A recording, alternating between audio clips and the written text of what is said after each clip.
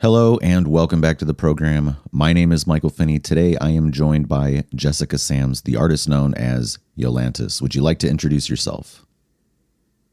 Hello, this is Yolantis, GM. Good morning, everybody. I'm an NFT artist, multimedia artist. We also call it new media, mixed media. It is so much fun to be an artist in this day. Art and creativity and media all kind of go hand in hand. So let's go back to how you got started as a creative, as a person looking to express your ideas. Tell us a little bit about that. There's no genesis. You're just, in preschool, they put you in front of an easel and you just paint. So I just had been identifying with my artist self. So ever since I was small. In 2022, I'm going to skip a lot of years here. In 2022, I decided when I heard about NFTs that this was what I wanted to do. It was a way to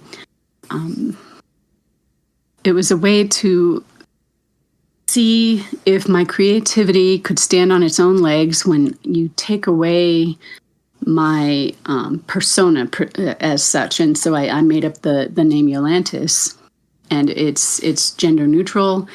A lot of female artists in 2022 decided to go with a name like that. Tell us a little bit about what you do and the mediums that you work in primarily. I have been trained as a printmaker, so I know how to do things like solar plate printmaking, relief printmaking. I'm a portrait artist.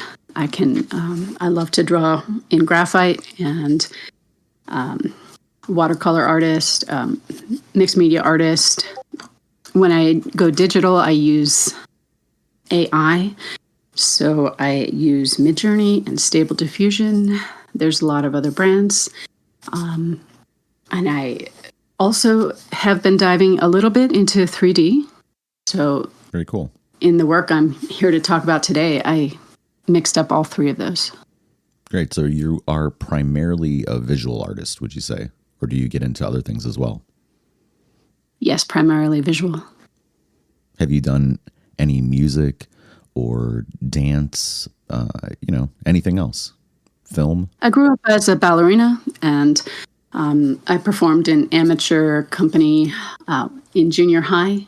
I was small parts like the cat in Cinderella. And then I continued with ballet for maybe 15 years. And then I transitioned over to modern dance and took some very focused modern dance lessons, but I wasn't performing at that time. Do you see any crossover between that form and what you're doing now? Is there any residual value from that you're able to impute to the work that you're doing? They say once a dancer, always a dancer. So yes, I have a whole series that was inspired by my love of dance. I wanted to know last January, what the AI knows about bodies in motion, movement. I had so much fun and I loved the results so much that I put together a series of NFTs on dance. What did you find that it knew? Well, it was hard to find a piece with coherence. It knows motion blur, it knows camera tricks, it knows performance. So I could get performance costuming, I could get the look of somebody in motion, but a lot of times the AI would, at that time, have a lot of trouble rendering, a anatomically correct body. And some artists run with that and take those faults and highlight them with multiple fingers and 3 legs and things like that. And what I did was I picked the ones that I resonated with that had more anatomically correct bodies, and then I overpainted them. Okay. What were you, when you say overpainting, are you talking physical or are you talking, say, like Photoshop or something like that? Photoshop, yeah. Okay. I will take the originals from Midjourney, and I will upscale them in gigapixel, and I'll bring them into Photoshop, and then fix whatever I need to fix with layers and brushes. Yeah, very cool. And the clone stamp and all that. Yeah, I'm not a great visual artist. You know what I mean? I have spent a lot of time with a camera, but in terms of drawing and, Photoshop work and design, illustration, that kind of thing, that's all very new to me. So I've found a lot of value from some of the technology like Stable Diffusion specifically. And I have not gone extremely deep with it, but at the same time, it's definitely helped me to expand whatever capacity of visual expression that I have. It does, isn't it freeing? I have talked to people who say that they've never identified with their artist self, and they feel they're not able to draw. But once they got their hands on some sort of an AI model, it frees their creativity. Like prompting brings them joy. Yeah, I mean, for me, I have a music background, so I guess the idea of orchestration and layering in terms of writing music, that translates over to visual stuff. I've done some kind of pen and pencil sketches and then dumped those in and used Stable Diffusion to bring color into those images and kind of complete them more texturally, which, I would not be able to do on my own in any sort of rapid way. Doesn't that feel thrilling to take your own work and iterate on it with a prompt? I love that feeling.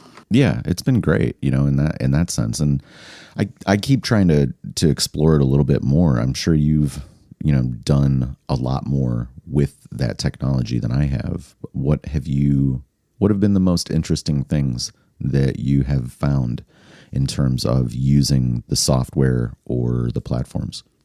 The most interesting thing is the feeling that as I use Midjourney, it is learning what I want. I was talking with a friend about this the other day, that they are also finding this, where if I prompt a ballet costume on, day one, and I do an exploration of girls with tutus, and then 16 days later, I'm not prompting for ballet costumes, but I'm maybe prompting for girls. I'm going to get a girl with a ballet costume. And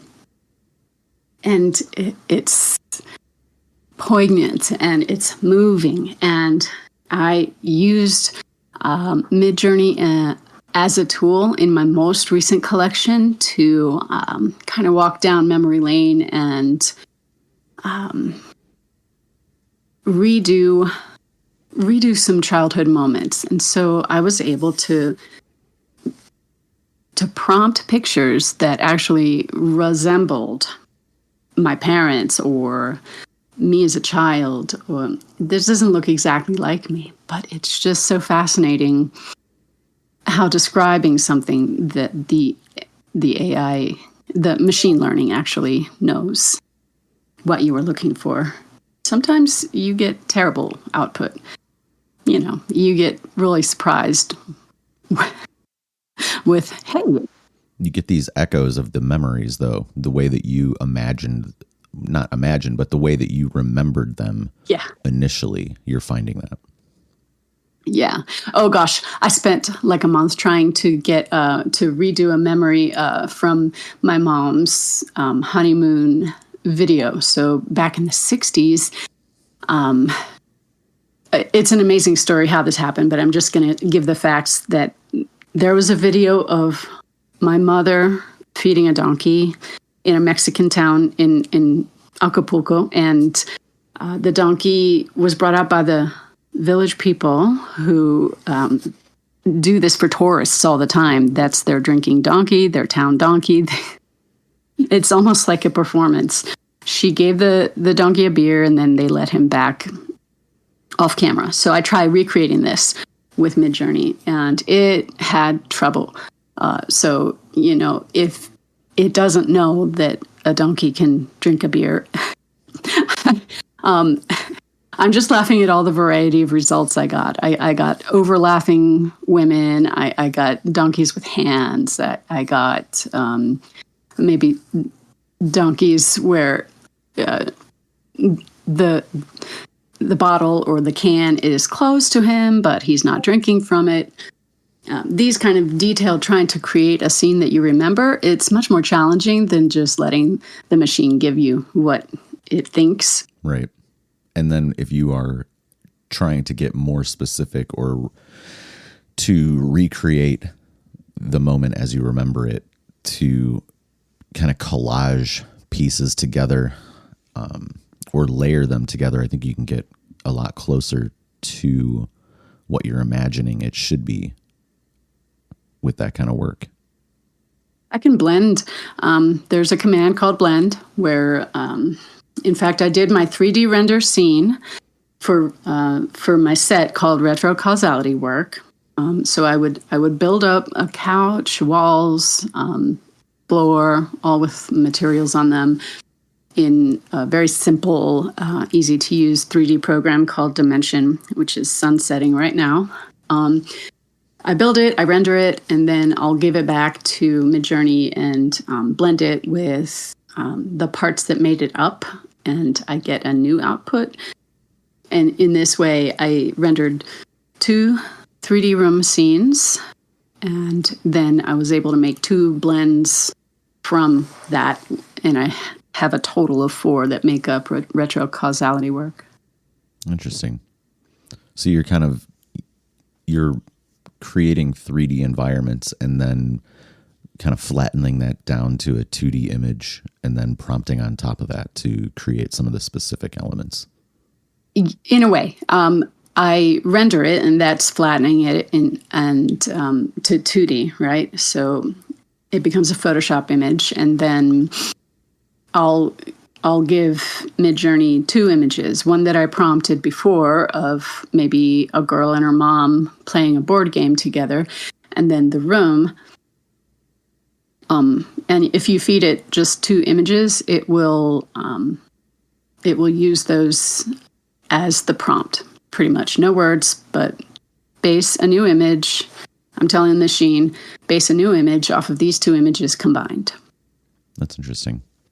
I don't want to go into the whole, is AI art or whatever. I just see it as a tool. I feel like the people that are anti-tool are just kind of missing out on a lot of things. It's, their own loss in a lot of this stuff. And I think that it's perfectly fine if you don't want to use a tool. That's your choice. I think that when you kind of break down what's been happening with technology over the last 30 years, that you end up finding that a lot of automation has found its way into the tools that you do approve of. And now that this new set has latched on to the term AI, that all of a sudden it's a negative thing. Yeah, it is a misnomer, and it's unfortunate that the label AI is the label that we're using for actually text to image prompting with machine learning algorithms. It only gives you back whatever you feed it. So it doesn't have sentience. Although I just answered your question earlier that it feels like it has sentience, because I feel like it's giving me answers that I was looking for 2 weeks before. But still, when I work with it, I know it's machine learning. It's not talking to a AI robot. So the thing for me is I don't think of it as artificial intelligence. I think of it as augmented intelligence, and that it is an extension of, the drive that we have, right? Our motivations, and we're in a kind of symbiotic relationship with that technology to, bring our imagination to life, and also to extract the pieces that are inside of it that have an overlap with where we're trying to head. Mm-hmm. So I don't think of it as artificial. I think of it, as a silicon intelligence. But there are many different types of intelligences, and because of that, do I think that it's sentient? It depends. Is it as intelligent as a blade of grass or a beetle or something? And in that way, it might be. Is it as intelligent as a dog? I don't think so, but maybe at some point we'll have a silicon intelligence that has a capacity to have some innate drives within itself, some sense of, if not self-preservation, then self-expression, that it has a need to refine its message. It could be. And that's not what I'm building with today. Right. Today, I am thrilled that I can do all sorts of healing work, bringing out old memories, trying to maybe go back to source and recreate things from memory. That is what I've heard is super useful for people who don't identify as being an artist. They can now use AI as a tool, just like you said, to actually see before them the moment in time they remember, but they don't have a photo of. And I think it's a wonderful tool for the healing arts, for like art therapy. I think AI is really good art therapy. So you have a new collection, a new release, and it is going to be in coordination with an event, I think you told me. The call to art was due to a cohort of artists that came together from the hug.xyz.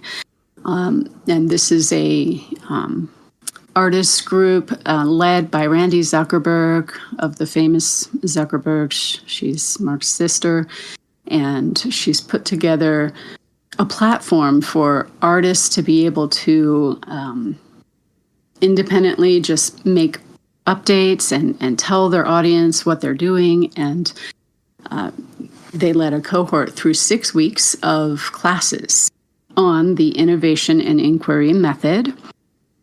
And we combined, we were being taught by people from Transient Labs, which is a new platform in development still, which is why my NFT isn't launched, because the functionality that I want hasn't been finalized. They're still building.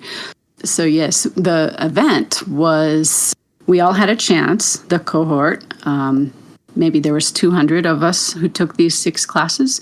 We all had a chance to produce artwork that will be dynamic in nature, and that can be interpreted in many ways. And the way that I chose was I wanted to switch out images on a schedule, like time-based dynamic NFT.